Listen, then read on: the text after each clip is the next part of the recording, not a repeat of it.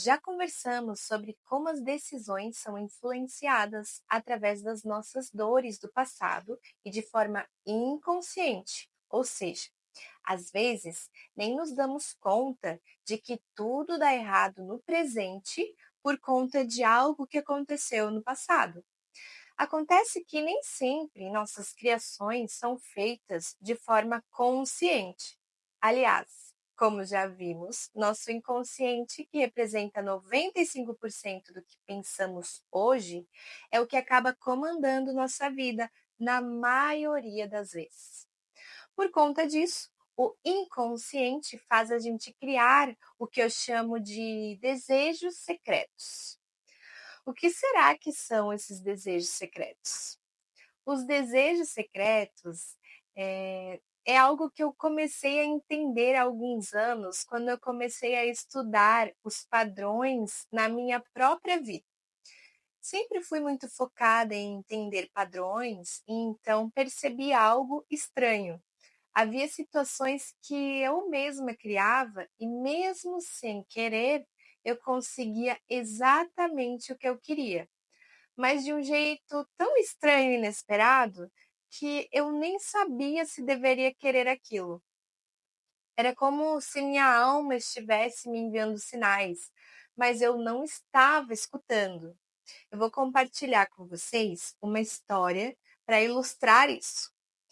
Ou, na verdade, vou compartilhar algumas histórias para mostrar como comecei a perceber os desejos secretos e como, sem perceber, criamos cenários em nossa vida que atendem exatamente ao que a nossa alma quer, mas de formas que não conseguimos entender a princípio. Quando eu estava trabalhando no meu negócio, que é o restaurante Chantal, eu também estava atendendo no consultório como terapeuta.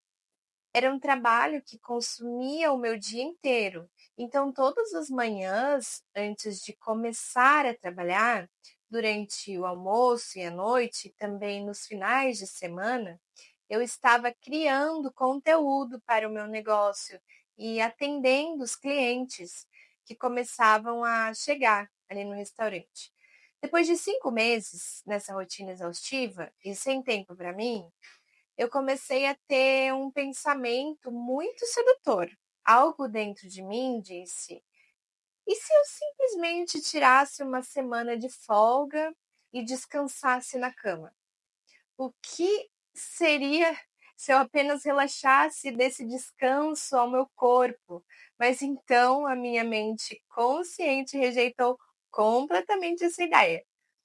Eu pensei comigo mesma: não posso, não tenho dinheiro, não tenho tempo, não posso parar o meu trabalho agora, eu preciso seguir em frente. Então, depois que o negócio estiver estabilizado, aí sim eu vou poder descansar e pensar nisso. O que eu não sabia era que quando a nossa alma deseja algo, ela nunca esquece. E a energia nunca desaparece. Ela está sempre presente e no final ela se manifesta. Na semana seguinte, eu fiquei extremamente doente e tive que cancelar o trabalho. Não só isso, mas fiquei tão mal que passei uma semana inteira de cama, me recuperando. Eu mal conseguia me levantar. E aí foi que eu percebi, olha só, eu queria descansar, mas eu não atendia ao desejo da minha alma. Então o universo simplesmente fez com que eu tivesse o descanso que eu precisava, mas de uma forma que eu definitivamente não queria. E esses desejos secretos não atendidos não são um bloqueio para as nossas manifestações, como muitas pessoas acabam pensando. Pelo contrário, eles são aceleradores. Eles nos empurram na direção do que nossa alma realmente deseja, do nosso crescimento, do nosso prazer e da nossa evolução enquanto estamos aqui na Terra. Só que ao invés de criarmos e manifestarmos os nossos desejos de forma leve e divertida, nós manifestamos através do trauma e do drama. Se não é pela alegria, é pela dor, não é mesmo? E é isso que eu comecei a perceber. Ao invés de assumirmos nossos desejos como reais, nos escondemos porque achamos que não merecemos ou que está errado querer isso na sua vida, mas acontece de qualquer jeito, porque é um desejo seu. Então, se não acontece da melhor forma, você decidindo e agindo para acontecer, acontece da pior forma, no trauma e drama. Você criou? Acontece. Não está na Bíblia? Pedis e recebereis? É simples assim. Hoje eu percebo que esses desejos secretos que não atendemos se manifestam de forma muito interessantes. E se você começar a perceber, talvez se dê conta de onde em sua própria vida esses desejos secretos estão se manifestando. Às vezes, quando não ouvimos nossa alma, ela encontra maneiras de nos forçar a ouvir. E quando isso acontece, percebemos que os desejos secretos não atendidos não são obstáculos, mas sim o caminho para alcançar o que realmente queremos, mesmo que seja de forma inesperada. Agora, eu gostaria que você refletisse sobre a sua própria vida e os seus desejos secretos. Às vezes, aquilo que mais desejamos pode surgir de formas inesperadas. Por exemplo, talvez você tenha sentido vontade de ser solteira quando estava em um relacionamento ou secretamente quis cancelar planos e ficar em casa. Pode ser que um imprevisto, como um carro quebrado ou uma conta inesperada, tenha sido o empurrão que você precisava para mudar de direção. Esses desejos secretos se manifestam em nossa vida de maneiras misteriosas, mas ao percebermos o que está acontecendo, podemos tomar as rédeas de nossa própria jornada. A chave é perceber que não estamos apenas sendo empurrados por forças externas, mas sim por algo dentro de nós que deseja mudar.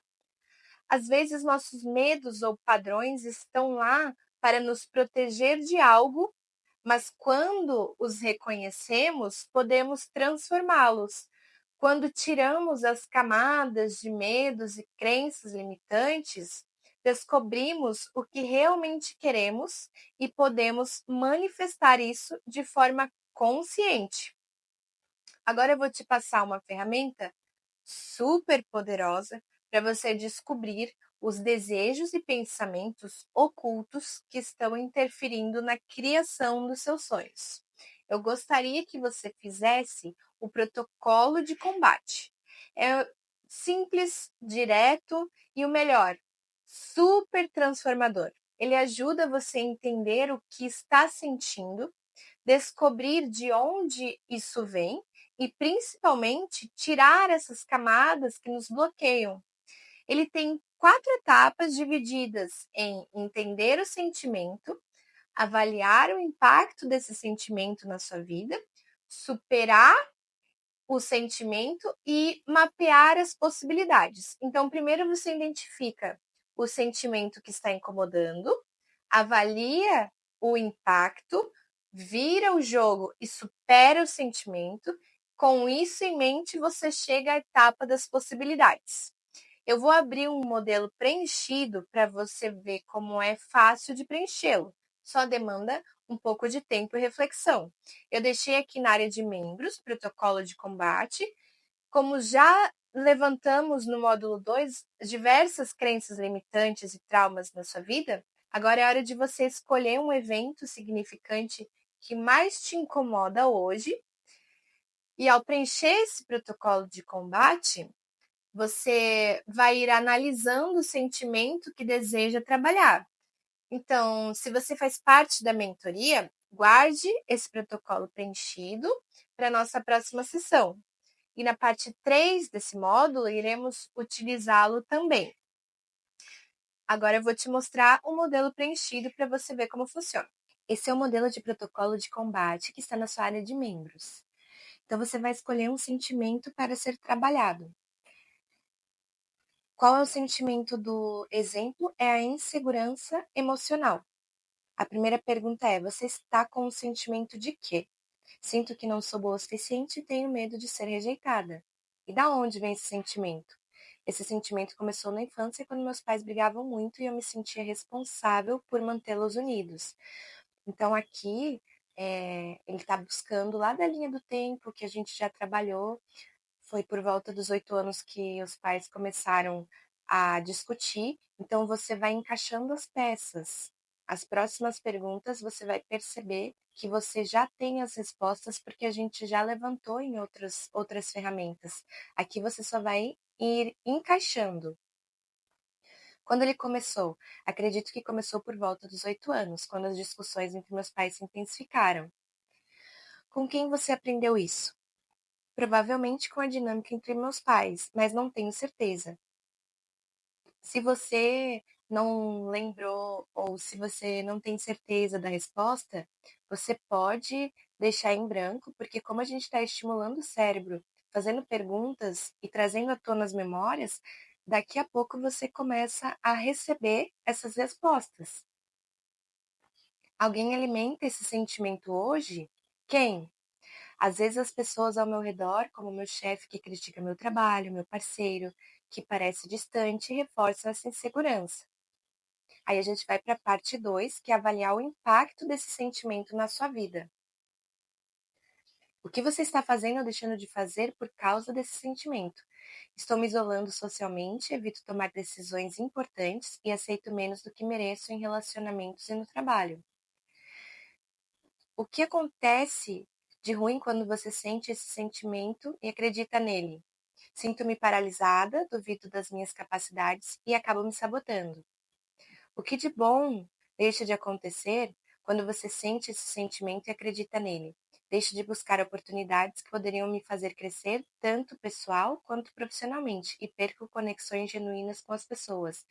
Então, aqui você avaliou de que forma esse sentimento está afetando sua vida negativamente. Você consegue, às vezes você até já sabe, mas quando você responde as perguntas e passa para o papel, você consegue ver com mais claro tudo o que está acontecendo na sua vida hoje. Aí a gente vai para a parte de superar o sentimento. Então, esse aqui é o PDA descontrolado, que é para você marcar os passos do seu passado guiado pelo sentimento. Aqui você vai descrever como é hoje a sua vida guiada pelo seu sentimento, esse que está te atrapalhando. Então, qual é a percepção? O que você pensa que faz você sentir esse sentimento? Acredito que não sou boa o suficiente e que minha opinião não é importante. Qual que é a decisão? Aqui você vai copiar o que você respondeu na pergunta número 2.2, tá? Essa aqui, ó, 2.2. Evito me posicionar ou tomar iniciativa, o que me mantém estagnada. E a ação? Você vai repetir a pergunta 2.1, que você já respondeu aqui.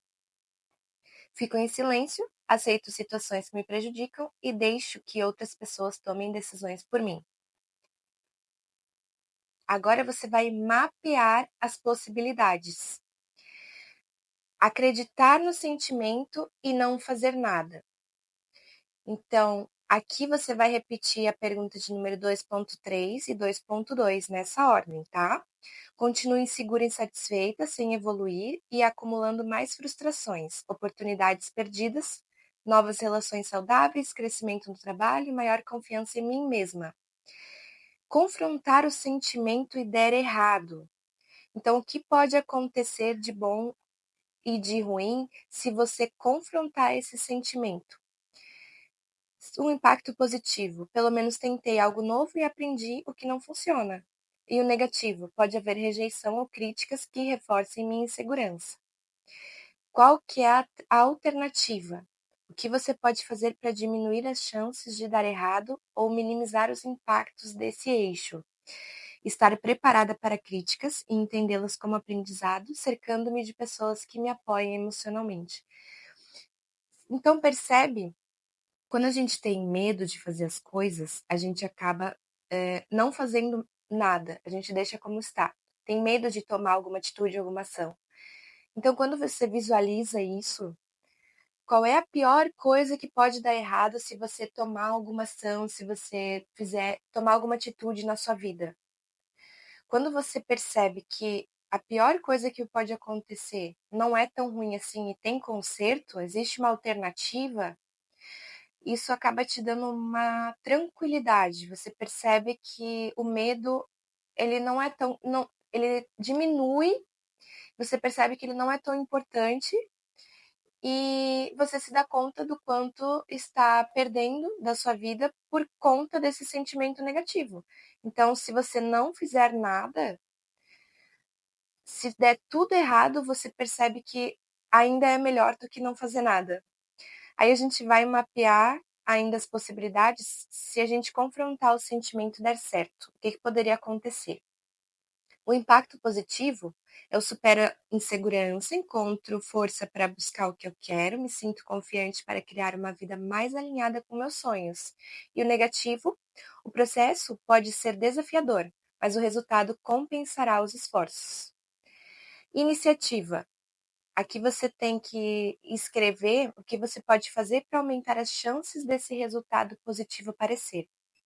Praticar autocompaixão diariamente, buscar suporte emocional, como terapia ou mentoria, e criar metas pequenas para conquistar mais confiança.